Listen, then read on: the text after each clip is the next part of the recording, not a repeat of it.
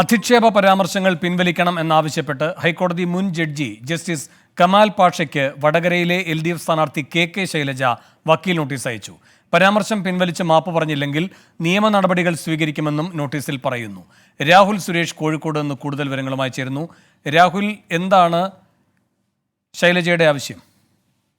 വേണു, പരസ്യപ്രചാരണം അവസാനിക്കാൻ ഇനി ഏതാനും മണിക്കൂറുകൾ മാത്രമാണ് ബാക്കി. അപ്പോഴും വടകരയിലെ സ്ഥാനാർത്ഥികളുടെ നിയമ നടപടികൾ തുടരുകയാണ്. ഏറ്റവും ഒടുവിൽ വടകരയിലെ LDF സ്ഥാനാർത്ഥിയായ കെ ശൈലജ റിട്ടയർഡ് ഹൈക്കോടതി ജഡ്ജിയായ B കമാൽ പാഷയ്ക്കെതിരെയാണ് വക്കീൽ നോട്ടീസ് അയച്ചിട്ടുള്ളത്.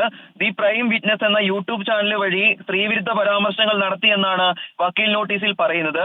പെരുമാറ്റച്ചട്ടങ്ങൾക്ക് വിരുദ്ധവും സ്ത്രീവിരുദ്ധവുമായ അധിക്ഷേപങ്ങൾ പിൻവലിച്ച് മാപ്പ് പറയണമെന്ന് ഈ വക്കീൽ നോട്ടീസിൽ പറയുന്നു. അതല്ലാത്ത പക്ഷം മാപ്പ് പറഞ്ഞില്ലെങ്കിൽ നിയമ നടപടിയുമായി മുന്നോട്ട് പോകുമെന്നാണ് കെ ശൈലജ അയച്ച വക്കീൽ നോട്ടീസിൽ പറയുന്നത്.